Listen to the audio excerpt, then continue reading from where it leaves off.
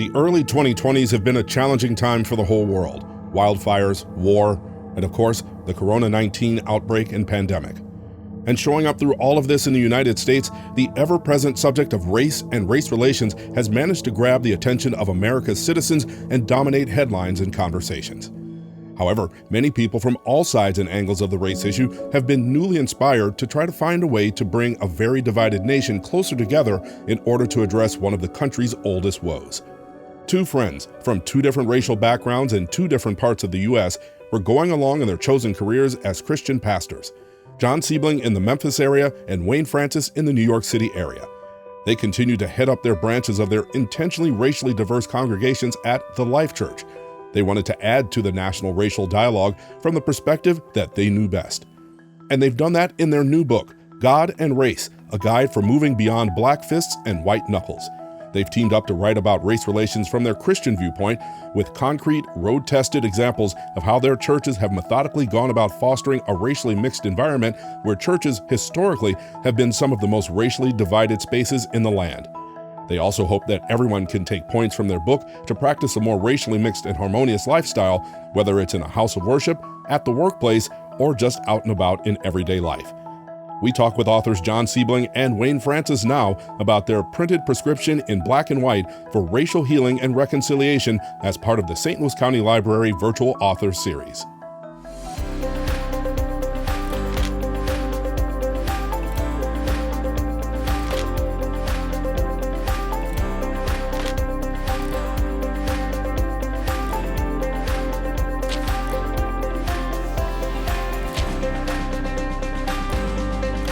Hello and welcome to the St. Louis County Library's Virtual Author Series. I'm Rod Milam, glad to be with you today, and I'm glad to also be speaking with the authors of the book God and Race, a guide to moving beyond black fists and white knuckles. I'm here with John Siebeling in Memphis, Tennessee, and Wayne Francis, who is coming to us from the New York City area. Thank you very much for coming with us today to the St. Louis County Library Author Series. Thank you. Excited. Yeah, glad to be here. Thank you. Great. So why did you write this book? You're both pastors of the Life Church, which I guess the main branch is based there in Memphis. And there are other branches actually around the world. You have, 7 in the United States, one in Santiago, Chile, and one in Florence, Italy. What made the two of you want to come together and write a book about God and race? You know, this has always been a passion of mine. I lived overseas for several years before we launched the church in Memphis over 25 years ago. And we launched our church with a desire to have a diverse environment. Memphis is about 38% white and about 60%, black. And so we thought, well, that's what our church needs to look like. And that would be a picture of heaven. And so it's just always been a passion point. It's always been a conviction. We started our church with that heart and have seen it grow into that. And so when Wayne and I came together, we just had that like passion, and we thought what better resource than to have a white guy and a black guy write a book together about diversity. So Wayne, how did the two of you meet and end up, starting a podcast together eventually after you started the church branch in the New York City area?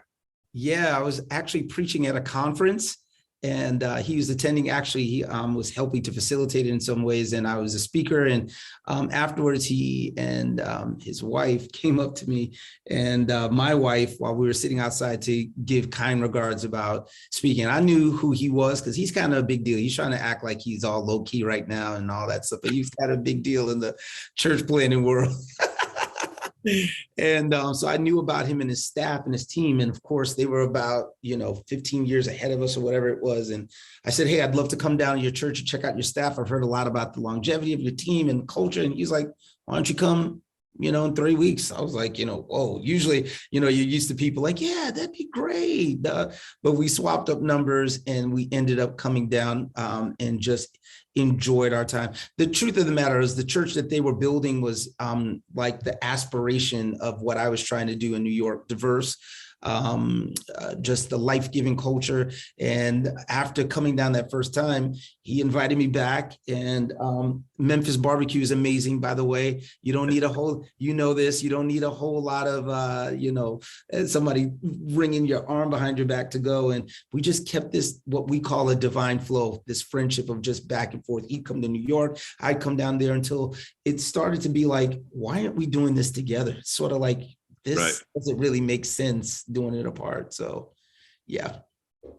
And as Dr. Martin Luther King Jr. famously said, one of the most segregated hours in the United States is on Sunday morning at 11 o'clock, when people who are Christian tend to go to church, where you wind up in very separate directions.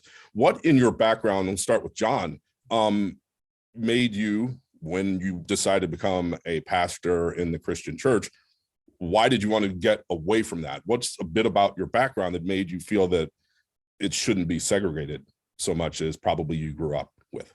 Well, I think that's, there's a long and a short answer to that one. I think I was raised in a home that valued diversity and valued different ethnicities.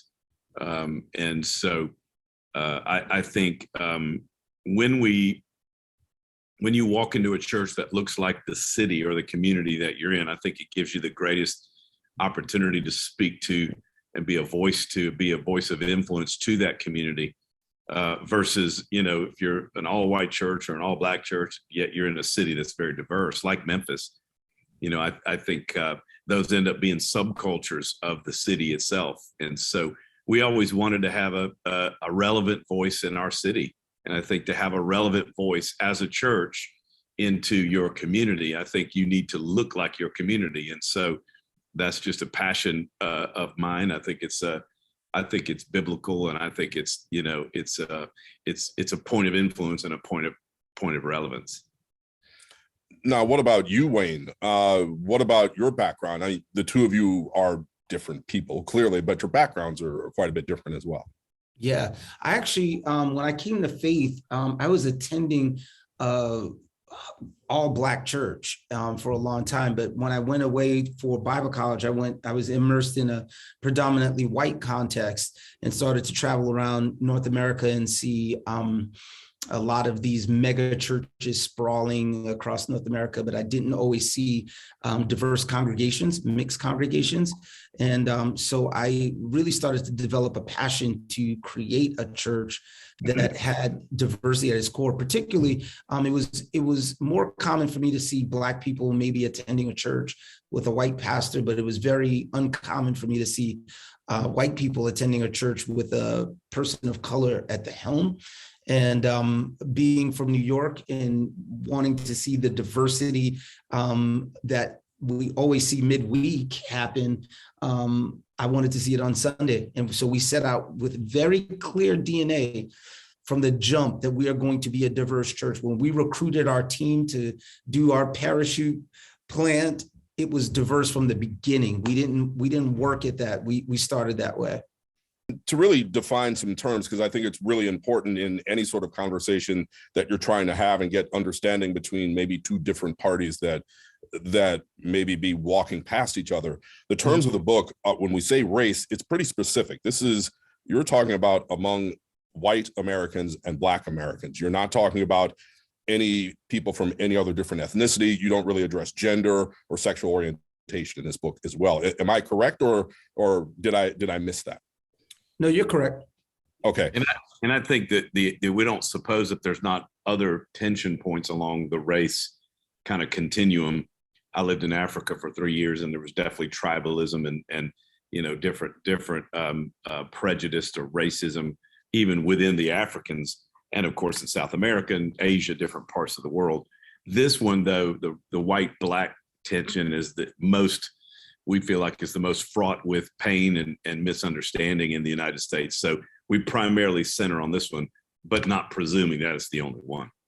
How have you each, and I'll start with Wayne, how did you address that to try to make your church look like your community? Your church is based in Westchester County, which is not in the middle of New York City, which is a different demographic than, say, Brooklyn or Queens or Manhattan, in different regions. How did you make it more diverse to have all these people with populations from all over Earth Yeah, I think the biggest key to having a church that's diverse, especially if you start a church from scratch, is having diversity in your leadership. So when we first started our church, the people that I recruited were about 20 something. Their ages were, they were in their 20s, but they were all white actually. And I had one other high school friend of mine who was a Black woman that ended up joining that original launch team. And as a result, what happened was that we started to reflect the complexion of our community. Now, Westchester County is 74% white, and then Latino is, is the other major group of people, and then Black people. So when we started to really feel robust because those people that were on our team were actually reaching people that were like them. I was reaching different people, and it just became this really cool salad bowl of ethnicities, right? Where we had reflected it in our leadership. We were unified together, and people saw how well we gelled together. And I think that that's what made us have some explosive growth in the diversity area. I mean, a lot of individual conversations. One of the best things I did in the beginning of the church 25 years ago was, probably within the first year, a younger African-American, he was an attorney, actually started coming to our church. He was about my age. And so I asked him if he'd go to lunch. We went to lunch, and I said, "Hey, would you, be a friend and tell me your experiences and tell me what you're feeling as you're coming to our church and tell me how I can learn." And because I lived in Africa, I felt like, and I grew up in Baton Rouge. I felt like I had some understanding of diversity and the sort of the Black experience in the South and around the world. But I learned so much from him as he opened his heart and talked to me about his upbringing and challenges that he's faced and times where he was profiled. And, I learned a ton. And I think that, for me, that was the learning process. I've gotten to share those stories. We share some of those stories in the book. And so I think my eyes were open. So I think one of my goals with white people, the white friends, is to help keep exposing and opening, telling stories that will open their eyes. So a lot of personal conversations, a lot of preaching about it from the pulpit, a lot of intentionality with style and how we approach the church experience on the weekends. I mean, there's a lot to it, and it's a challenge. It's challenging, but it's worth it. So with that, because you both, I believe, have said grew up in churches or spent time in churches that may have been all white or all Black, does where you are actually now with your individual churches, does this feel better than the tradition that you started off with? Yeah, for me it does. 100%. 100%. I think we were created as individuals to be in diverse environments. I think God created us for that. So I think we feel fully alive, I think, when we're in environments where we're worshiping with people that are different than us. I think it's just all part of the experience. It's more fun. It's more alive. Yep. I think it's more broad brushed, which means I think we have a greater voice and a greater impact.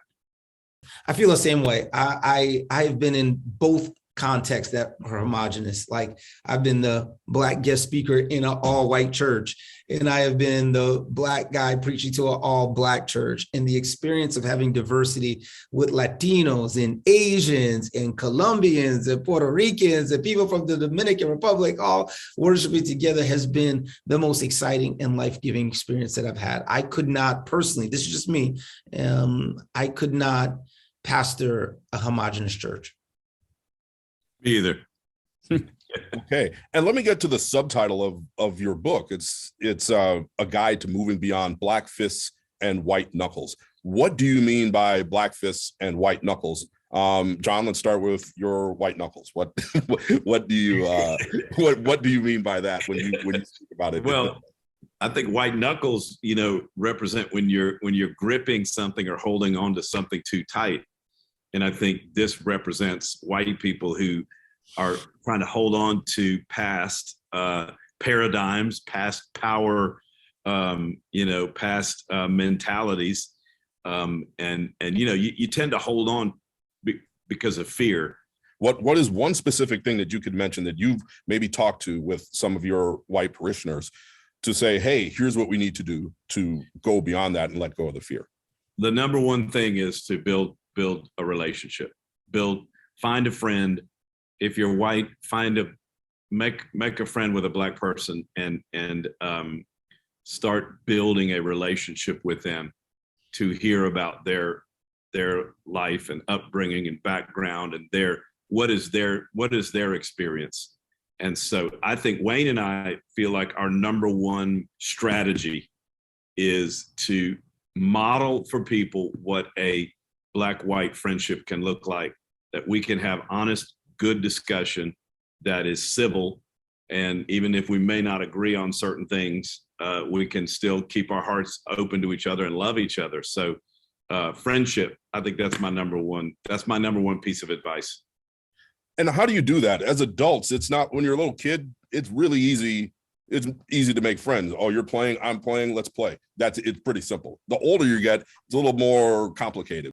Well, I mean, we all eat, don't we? So you got to eat lunch. If you work, let's go eat lunch with somebody that looks different than us. Let's be intentional. Let's invite a coworker and say, hey, would you, I'd love to buy you lunch this week, or let's have coffee. And, and I always encourage everybody, don't go to lunch and pull out your list of questions on the first time you have lunch about the Black experience in America. I mean, build the friendship, build the bridge.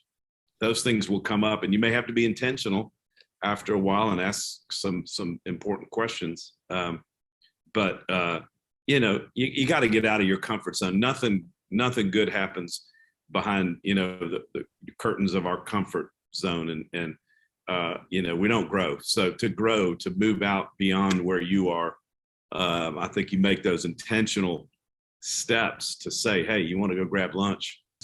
And Wayne, you have a black fist. What does that part of the book mean? And what do you mean by that part of the subtitle, and how to go beyond that, and how are you guiding through it? And again, one example of how you've done that in the book and how you talk about that. The Black Fist, when I was growing up in the Bronx, all of us had, young Black men had that iconic Black Fist pick. I don't have much hair on the side of my head now, but, I used to have a lot of hair all over, and I'd pick my afro with it. And it was a symbol that started in the 1968 Olympics with Tommy Smith and John Carlos, when they raised their black leather clad hands as a symbol of defiance against the racism that was at fever pitch in the 1960s in North America. And then the Black Fist became a symbol of Black power, sticking it back to the man, or, solidarity, unity amongst Black people, or even the feeling of wanting to push back on the systemic oppression Black people have experienced in North America. And so when we got together to start talking about how we can move the conversation forward, we felt like it was a responsibility of Black people and white people to open up your hands, right? To have open-hearted, open-minded, and open-handed conversation. In the book, we mentioned that you can't throw rocks at people with open hands. And this open-handed concept was a big, big deal for us, because we feel like the responsibility is on both sides. So one of the things that I think that is powerful for Black people in opening up their hands, he mentioned building diverse relationships. I actually think it's forgiveness. It's providing forgiveness to people and granting forgiveness to people that you may not even know. And the idea of not harboring suspicion or hatred in reverse back to white people because of the atrocities of slavery or even present injustices. So one of the biggest steps that I call Black people to is having a spirit of forgiveness for past injustices and even present ones. Okay. And what have you heard from your parishioners, their response to coming into this environment that might actually be different from anything else that they've experienced before? Start with John. Well, I think I've gotten great feedback. I think mostly thank you for being willing to talk about this. I feel like I get a lot of praise and thanks from African Americans who are in our church, and they say things like, "Wow, you're brave and you're bold," and I don't feel very brave and bold. I feel like I'm just doing what I'm supposed to be doing. From white people, I typically get, thank you. You've opened my eyes to see. I got a text, when the book first came out, from a friend who was reading it, white friend who was, had an experience, was driving their child to school and saw someone driving in the neighborhood, a person of color, and they had this thought of like, well, they must be coming to clean somebody's house, and immediately was struck with conviction that they had profiled this person and had a, so I was so proud of them for sending me that text and for even recognizing this. Yes, this is it's not the best reaction to quickly judge somebody based on their skin color, but the feedback has been great. I mean, I think this is not one of those look, let's be honest, this is not one of those feel good books or one of those feel good topics that it's going to make everybody feel great. It's challenging, it's provoking, and so I'm sure there's been others that have maybe been frustrated or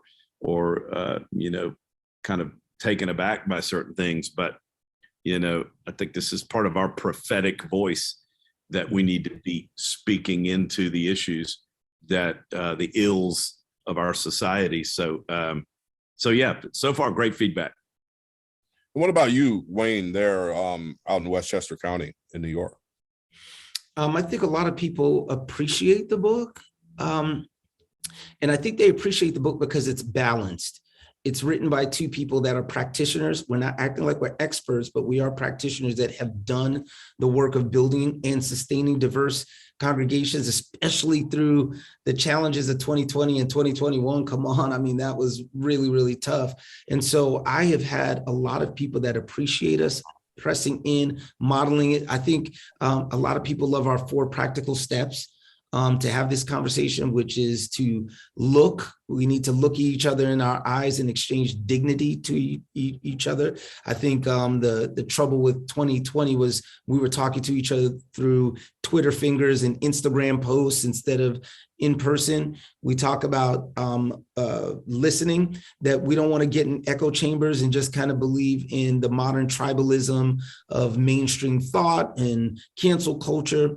We go into talking about learning. Learning is a powerful thing. We read books that we didn't agree with. We didn't agree with the author's position. It actually made us bristle, but we didn't put it down. We kept reading and we pressed in. And then the last thing that I think people really appreciate us for is that we laugh. We get into some stuff that we take a look at some of these dark things that are happening in our culture, and we just kind of find a little something to kind of laugh and alleviate some of the pressure. So those 4 steps are what I think that people are responding to the most with the book. Wayne, you had the 3 L's, and John, I think you had the steps, if I'm not forgetting the book particularly. What are these steps, the STEP? Was there another S? Am I right? STEPS, yeah. So okay, what were your steps that you spoke about in the book? Yeah, I think we talk about really a lot of questions that we get have to do with building a framework for diversity. And so we're encouraging, in your family and on the job and in your church. STEPS, S is start with a personal relationship. That's the first thing. I've mentioned that already. T is to take responsibility. I think the acceptance of responsibility brings us maturity. Most of us want to blame, or a lot of us want to blame, especially when it comes to racism. We say, and I've had white friends that say, well, I didn't do that and I didn't cause that. Yet we're handed a context. We're living in a context that we didn't create, but we have responsibility for. So take responsibility. E, educate yourself.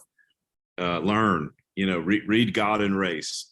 Go through a diversity group and learn from a Black person that about their experience. P, STEP is pray. Which is the spiritual side, which I think is important. We offer our heart up to the Lord. And then S is speak up. The final S is to speak up and to be willing to speak up about diversity and speak up about the sin of racism. And so STEPS, just a simple little framework that you can build into your life.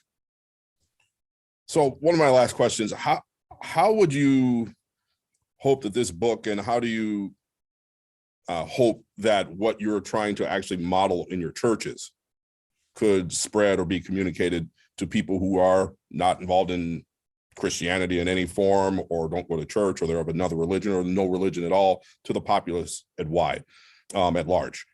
How do you hope to actually make that happen? And I'll start with Wayne.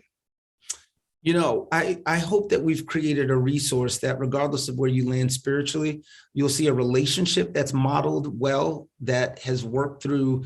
There's a beautiful thing that I think that a person that doesn't have faith at all can look at this book as a resource and see, because here's the deal. What makes pastors interesting is that we lead people totally voluntarily. This is not a corporation figuring out how to do some diversity training that you have to go through to be an employee.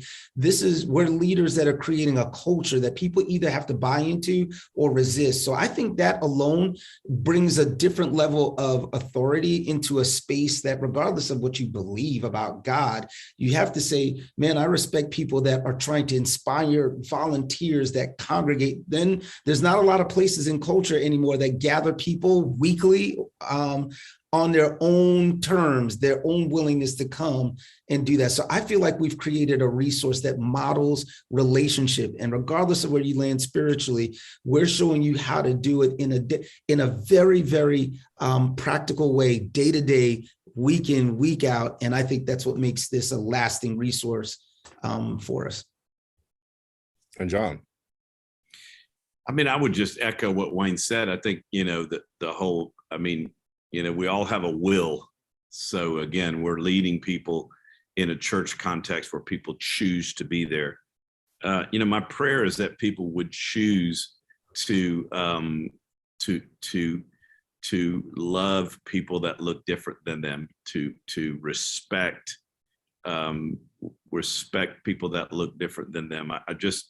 I feel like there's so much negativity and division and hate in the world. I mean, if we could just spread a little bit of love and get people to have a little bit of compassion for someone that's different than them, and that's what I would hope. And that has less to do with what religion you're a part of, and more to do with your human heart and your own heart toward people. And so Wayne mentioned forgiveness earlier, which I think is so powerful. And we've all been hurt by things in our life and people and systems, and to forgive, is so powerful. I think so. Anyway, that's what I would say. Yeah, I feel like part of the reason why we wrote the book was to have our body in less places and our voice in more. And so it's another reason why we have a podcast. And Leadership in Black and White is for leaders, and it's not just for Christian leaders. It's for people that are leading in different sectors: civil, health, law enforcement, administrative, wherever you find yourself leading. I think you could get some value out of it. We post our podcast every Monday.